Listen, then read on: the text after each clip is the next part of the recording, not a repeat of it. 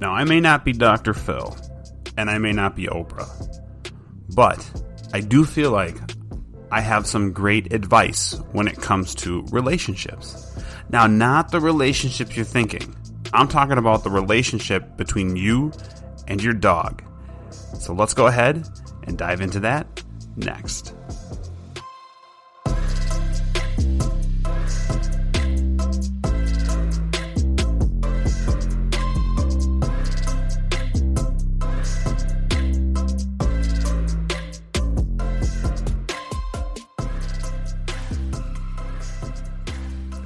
All right, welcome to this week's episode of the Learn, Laugh, Bark podcast. I am your host, Jake, from ondogtrainingacademy.com.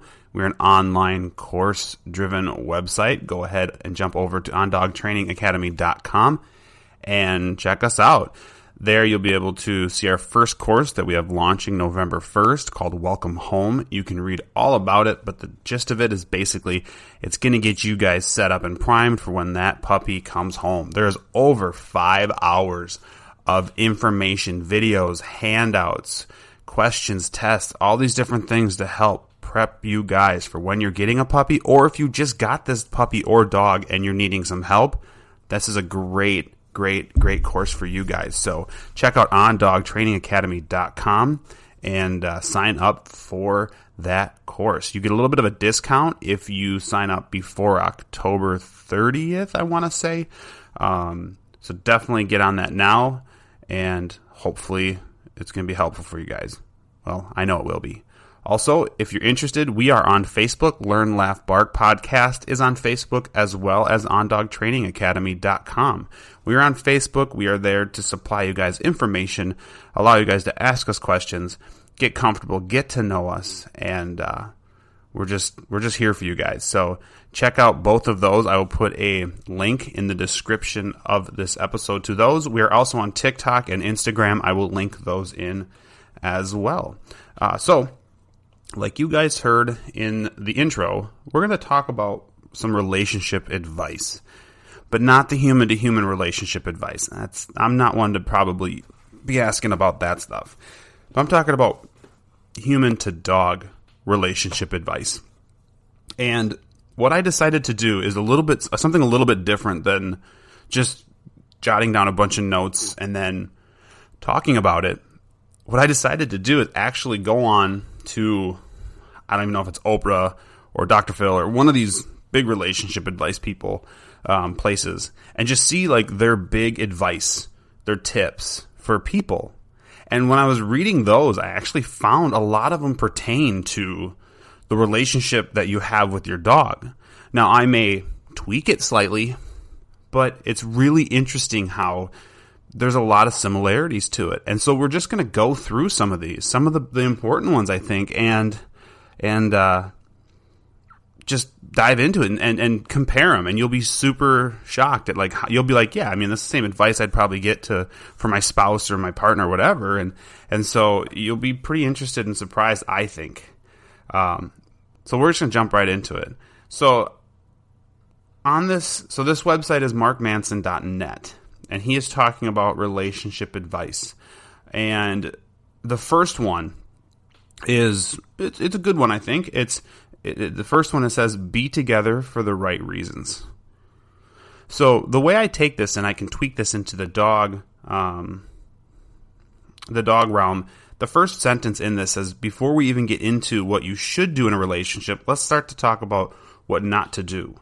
And it gets into talking about, trying to change yourself completely to be with somebody, and a lot of pressure from family and friends to be in relationships, whatever. That's the same for the dog world. People get dogs because people are pressuring them to get dogs. We've been in that boat. We lost one of our dogs a handful of years ago, and people right away were like, well, when are you going to get your next dog? What's your next dog going to be?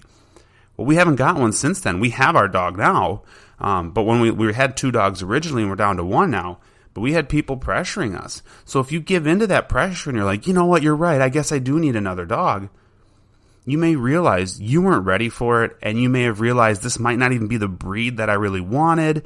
Or if you have family members that are trying to give you dogs, I mean, you just want to make sure that when you get into this relationship, this person-dog relationship, that it's for the right reasons. You want that companion. You're prepared, which of course is why you should jump in and take that course we offer from On Dog.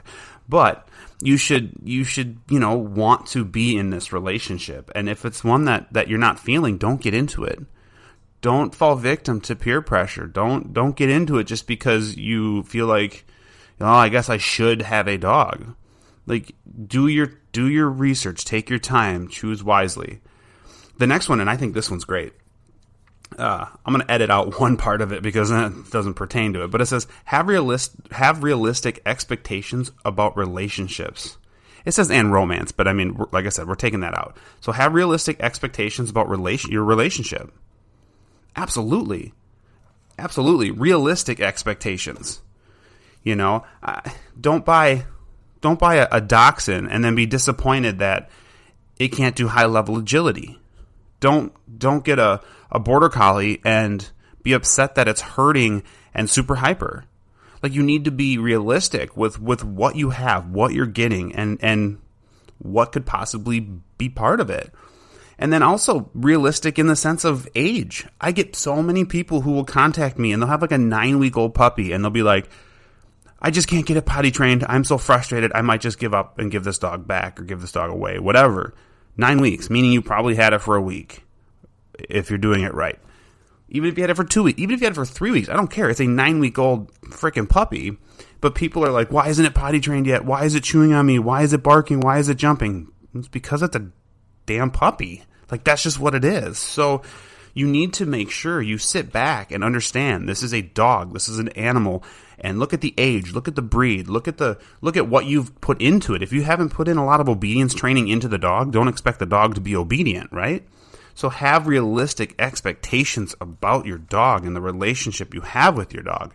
I think sometimes people get dogs to replace people, and then they try to treat them like people, and it just doesn't always go well for one reason or another. The next one then says, oh yeah, that's a good one. The most important factor in a relationship is not communication. But we'll talk about that in a second. It's not communication, but respect. So I do think we need to get out of the mentality that, well, it's just a dog. Because if you go into a mentality with a dog, that with your pet, that, well, it's just a dog, I always feel like you treat it as less. Now, of course, it is a dog. So if you're going to try to go, well, I just value human life over dog life, cool. I totally understand it, and I mostly agree with that. Like, yeah, if I had to save a person or a dog, I will save that person first, of course.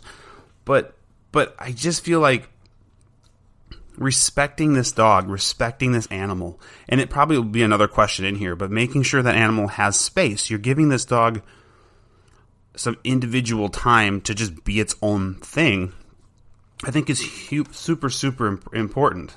I will piggyback, though, about what they said, what wasn't the most important factor, and that's communication. I think communication with dogs is massively important. And the reason for that is because so many people screw it up. So many people are sending mixed signals and bad communication or no communication to their dog. They don't tell their dog what they expect from them. They don't enforce things. They don't do all these things. And then all of a sudden, when company comes over or something changes, they're trying to enforce these things they've never enforced before. They're being so just scattered with communicating and understanding and all this stuff that the dog just goes, I don't get it. You're not communicating with me clear. I don't understand these rules. And now stress, anxiety, just a dislike for you sometimes can even happen because of these things. So even though they're saying, and this is obviously for human stuff, so I guess I could agree that respect is super important. Don't neglect communication. I think it is just amazingly important, that and it can be so bad. Like, people have a hard time communicating effectively with their dogs. Well, this one I'll probably just not even talk. It says talk openly about everything, especially the stuff that hurts. Well, I mean, if you want to talk to your dog, talk to your dog. A lot of them just listen, have no clue what we're saying. But what I'm going to take from this It says talk openly about everything, especially the stuff that hurts. What I'm going to take from this, and I'm going to twist this into the dog world, is don't shy away from the problems.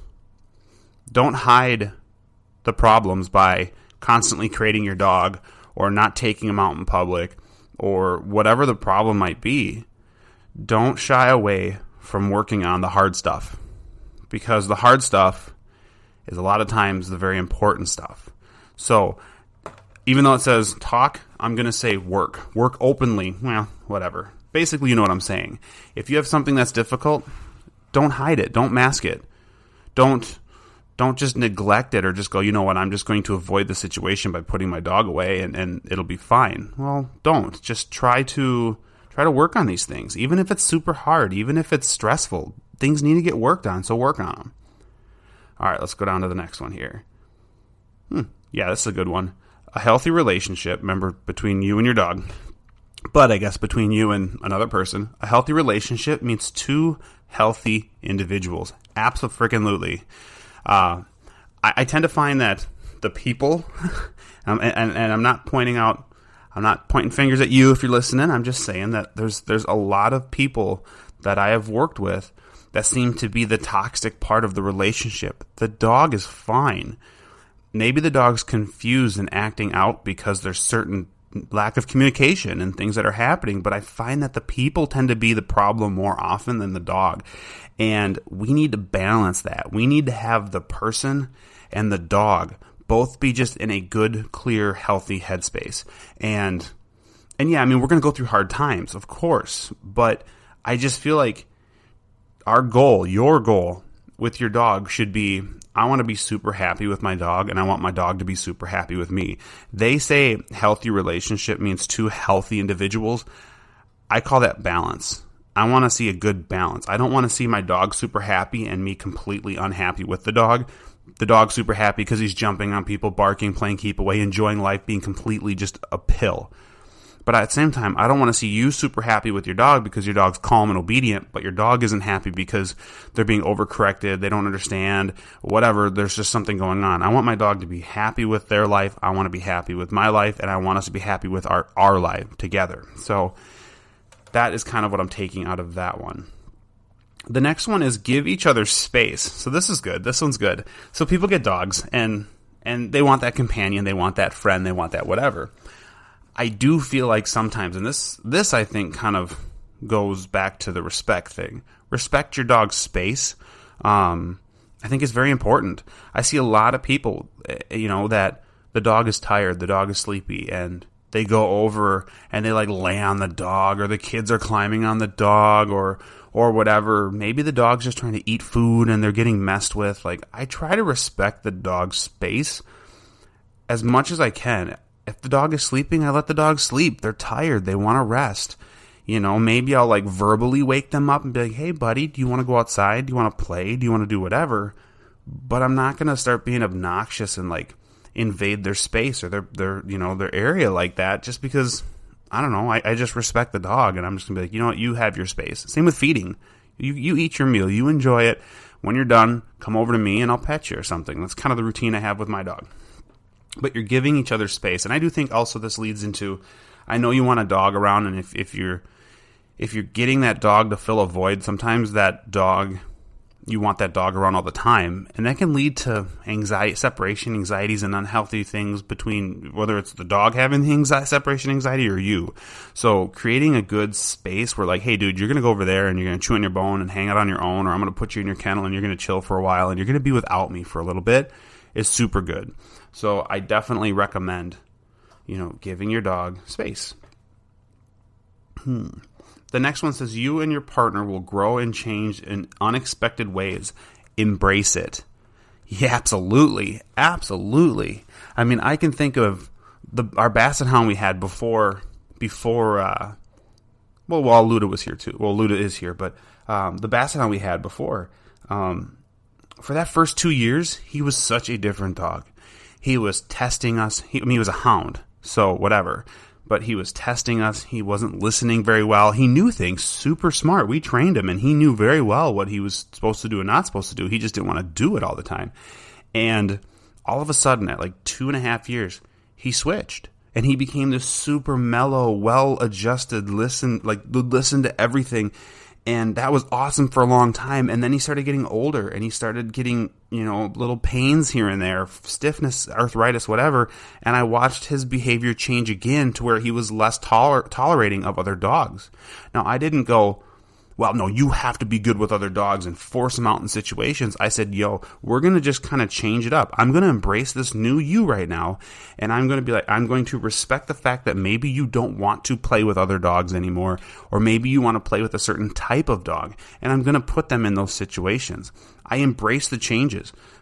From the developmental stages of a puppy into their maturity, into their senior year, you're going to see these flows of change. Don't expect your dog to be the same dog its entire life, because it won't be. They will change, and we need to embrace it. Obviously, if there's stuff to work on, seek a trainer or work on it. Make things better. If it's an obedience thing, then work on it. But understand, just like a marriage or relationship, understand that people are going to change in certain ways, or dogs are going to change in certain ways. Hell, you're going to change in certain ways. When I got our Basset Hound, I was mainly focused in conformation. And then as my Basset Hound started getting older, I actually was getting more into high-end sport activity work with dogs, Mondio ring, different things that involved way more speed that a Basset Hound obviously couldn't do, and that's why we got the Malinois. But it was that change just in myself. Now, that didn't mean I just got rid of or neglected the dog. I just found different ways to have us enjoy time. We'd take him to classes, even though he didn't need it. We'd take him to classes so we could have our outside time. I'd sit on the floor and cuddle with him. We did a lot of different things to embrace or to respect each other and still give each other that bonding and and relationship time that I think is super important. But we changed, and that's okay. Totally okay. I'm not going to say it says get good at fighting. I don't even know what the hell that is. I'm not even going to read that. It's probably good, but it you know what? Oh, well, no. Okay, we'll talk actually. We'll spin this. It says get good at fighting. Get good at training. Get good at corrections. If you use a correction, understand. Don't correct unfairly. Know when it's appropriate to correct your dog, when it's inappropriate to correct your dog. Making sure your dog understands why they're being corrected. Because if you just start correcting and screaming at your dog and your dog doesn't know why, you're terrible at fighting. But if you're going to be good at fighting, I don't even like to call it fighting. That's such a terrible thing to call it. I'm not going to call it fighting. But if you're going to punish or correct or whatever your dog, you need to be good at it. And good at it means it's not personal. When my dog makes a mistake, when my dog does something stupid, even if I correct it or there's some sort of punishment, I don't make it personal. I make it very clear. This is what you did. This is the consequence. That's it. Which then leads into the next thing that it says on here, which is get good at forgiveness. 1,000,000,000% abso-frickin-lutely. Get good at forgiving your dog for some stupid thing they did. Dogs are animals. Well, hell, we're people, but dogs are animals. They make mistakes. We make mistakes. If people weren't willing to forgive us, we'd have no friends or be very unliked, or I don't know. We'd all just live alone and whatever. So being willing to forgive your dog chewed up your shoes yesterday. 20 minutes ago, I don't care. Your dog chewed up your shoes. You need to understand, it probably wasn't something they did because they were mad at you. They just did it because they're dogs and they wanted to chew something up. You need to make sure you forgive and move on. Don't, the next day, still be scolding your dog and mad at your dog and pissy towards your dog just because you're upset that they were your favorite shoes, because your dog's not understanding that still. Your dog's not going to go, gosh, they're still mad at that. No, they don't think that way. The dog's going to be like, you're being mean, you're being unfair, I don't like you. And I feel like I've said this exact thing on an episode before, so it's good. You're going to hear it again. And if you haven't heard it before, it's on one of the previous episodes. Go check them out somewhere. Well, anywhere you can find podcasts. But go check it out, because I know it's somewhere else. The next one then is the little things add up to big things. I could spin that into daily life interactions with your dog. So even if it doesn't seem like a lot, Allowing your dog to jump on you at certain times will lead into probably more jumping down the road. But if you're just like reinforcing, when you greet me, you sit. When I sit on the couch, you sit first. I invite you up. It's just all these little ticky-tack things. If you start working all these little things, it then turns into a big thing, and it works really well. It's like Legos, right? Legos. That's a perfect example. 2 Legos. That's not much. It doesn't do anything. But when you build it and you do it and you keep adding these little pieces, before you know it, you have a giant, I don't know what the hell they use for Legos. You have a giant castle or a spaceship, whatever. Obviously, I don't do Legos anymore. But you just consider it. Think about it that way, where it's like, yeah, it's a little thing, but it will add up. Negative and positive, it'll add up. It's you can assemble that rocket, that Lego castle. We'll just say castle. You can assemble that Lego castle one piece at a time, but you can also disassemble that castle one piece at a time by doing negative things, by doing things that don't go with what you're trying to work on. So remember, the little things add up. One way or another, the little things add up. We'll be right back.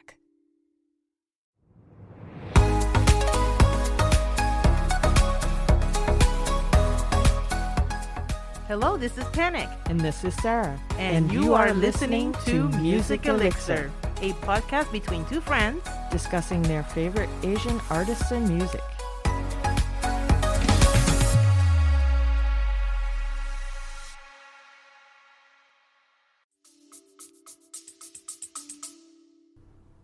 The next one says, be practical and create relationship rules. Well, this goes into, I don't let you jump on me, I don't let you bite me.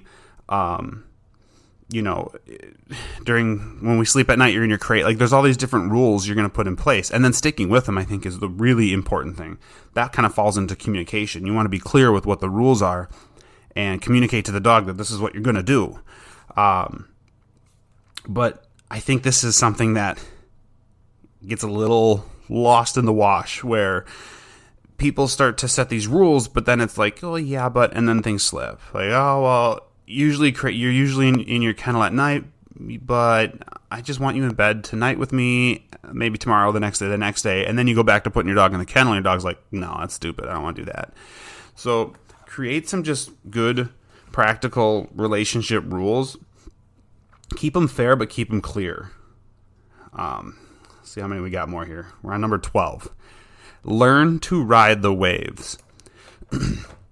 This is a good one. This kind of goes into embracing the change, your dog changing. But even through like puppy development, which can be 18 months, you are riding. I tell my clients already to ride the waves. It's a wave. You're going to have your day or your week where you think your dog is the coolest dog ever. And then you're going to have a day or a week where your dog is just a pill. And you're just like, oh my God, why did I get this dog? Ride these waves out. Ride these waves. Stick with your rules. Be clear on communication. And teach them. Teach and train them. And try to ride these waves out, because in the end, the waters will calm and your dog will be awesome.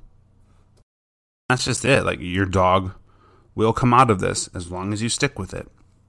Awesome. You just have to keep working with them.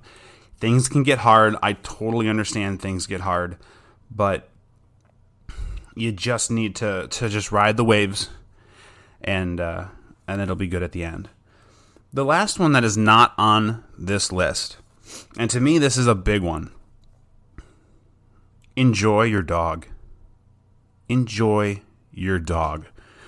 Don't take a day for granted that your dog is there. And this is probably good relationship advice, but this isn't in their thing. I don't want to say I've been victim of, but like, I've taken my dogs for granted before. Thankfully, I look back and I'm like, I'm glad I did what I did with my dogs, because it's, especially one of my dogs, I'll tell you here in a second, one of my dogs, it was a short life, and I could have completely just ignored or just neglected or whatever, took for granted that my dog was young and was going to be around for a long time. But I didn't. I didn't. And the dog I'm talking about is a Malinois that we had. Our first Malinois ever. And his name was Kato. And Kato was an absolute awesome working dog. Like, he just was phenomenal. We got his Mondio Ring 3 on him when he was just 3 years old. My wife got his RAE. That was all they offered at the time. Rally Advanced Excellent title. And she did all of it from start to finish in a year. Trialed him 30-some times, whatever. It was crazy. Maybe more than that. I don't even know. Never failed. Just worked through everything. It was great. We competed with him in 2 national events. One was in Colorado and one was here in Minnesota. And he did really well, took second place both of those. We competed with him internationally. We flew him over to Italy and competed with him in a world event over there, and that was an absolutely amazing adventure. I don't call it a vacation. I call it an adventure because it was intense. But we did so much with him. And, after that Italy trip, probably about a month later, he was diagnosed with osteosarcoma, bone cancer in his shoulder. And the margins are tough to clear, but we knew he was 4.5. We wanted to try. And, he was just over 4 at the time, and we wanted to try. And so we amputated his leg, and he recovered from it all. And then right after he got cleared to be recovered, the cancer came back, and it was in his spine and his lungs, and we ended up losing him right before Christmas. And that was one of the hardest things we've ever gone through as a husband and wife, between me and my wife, just because that was our biggest loss. We don't have kids. He was our kid. And, looking at it, we felt so bad. He was so young. But now when we talk about him, we talk like he was alive for 12 years, 15 years because of all the stuff that we did with him in that short time. We didn't take for granted the time we had with him, and not even knowing, obviously we didn't know what was coming up, but we're like, this dog's awesome. We're just going to keep doing stuff with him. And looking back, he did a full life's worth of stuff in that 4.5 years of his life. And it was devastating to us. It took us 1.5 years, almost 2 years to get another Malinois, to get another dog, period. We just had our Basset Hound at that time. And he was all we really wanted because it was just so hard on us. But obviously we got our dog now, Luda, and he is amazing, and we love him. And we're kind of in the same rule. Like, he's 5.5 now. When he turned 4, I was like sweating. I'm like, oh my God, this is when we lost Kato. And it was nerve-wracking for me. But we've done so much with him that, again, I'm just not taking his life for granted. I play with him every day. We snuggle every day. I give him kisses, and we hang out. We have fun, and we cuddle, and we're just enjoying each other's life. And he seems to be a very happy dog, and that's what I want you guys to do. Don't take your dog's life for granted. Do what you can to make this relationship with your dog absolutely awesome. Rockstar relationship is going to be a goal you should just have always. And things aren't going to always go great. Things are going to sometimes get rocky. Ride it out. Say, you know what? I love you, dog. We're going to work through this, and we're going to come out on the other end of this. Awesome. So I just want you guys to take that stuff into consideration. Kind of ended on like a wah-wah note. I apologize for that, but this was a fun episode to be able to shoot, talking about relationship stuff, because I always think this is something that is sometimes forgotten, overlooked, or just maybe not done, in my opinion, correctly or effectively. So hopefully that was helpful for you guys. I'm going to put all the links to all of our social media stuff, our Facebook, our TikTok, our Instagram, our website. Everything is going to be in the description. So check that out and check on those links. Go over to any of the ones you want. Subscribe to our email list. We are giving away a free download of the must-have new dog shopping list. So if you subscribe to our email list, we will send you over that free download, so that's always fun. But check on ondogtrainingacademy.com for that. The link in the description below. Check out our Facebook page. Talk to us. Let me know what you want me to talk about in future episodes. And just thanks, guys. Thanks for listening. Thanks for listening every week. It is greatly appreciated. I love helping people. I love educating people. And I love talking, as you probably can tell. So I just thank you guys for sticking with this and listening. And this one went a lot longer than I thought it was going to. It's almost a half hour. Holy cow. But thank you guys. And like always, we'll see you in the next episode.